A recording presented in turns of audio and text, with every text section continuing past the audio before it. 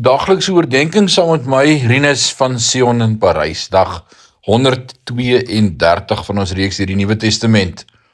'n Woord vanmôre wat nie altyd so lekker sit vir ons nie, en dis die woord verander. Party van ons sukkel daarmee.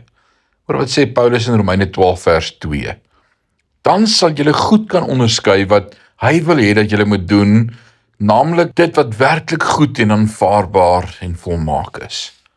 Net soos Jesus verander en getransformeer is, kan jy ook verander word, as jy jou gedagtes op hom gerig hou. Hoe hou ons gedagtes op hom gerig? Deur in die woord te bly. Kyk, ek kom, in die boekrol is dit oor my geskrywe, verklaar die skrif oor Jesus. Jy sien, ek kan my liggaam aan hom oorgee, dit is 'n werklike sleutel.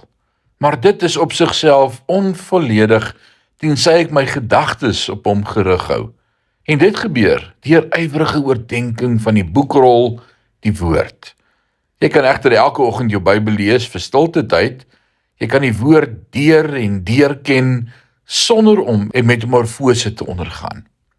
Paulus sou immer sê, dat die letter op sigself doodmaak.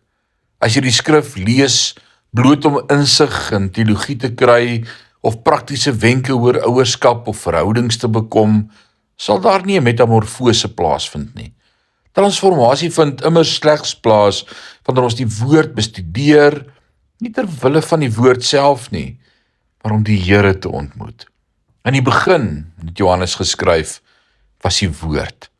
En die woord het vlees geword en onder ons gewoon.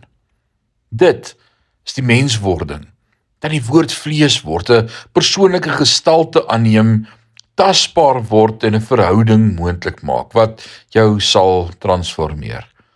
As jy die woord slegs vanuit 'n intellektuele, akademiese of teologiese perspektief benader, sal jy dalk 'n punt of 2 ryker word, maar jy sal nie verander word nie. Ek wil vanmôre vir jou sê, laat toe dat hierdie woord jou transformeer, jou verander. Laat toe dat jy soos klei in die hande van die pottebakker is vandag. Die Here seën jou. Amen.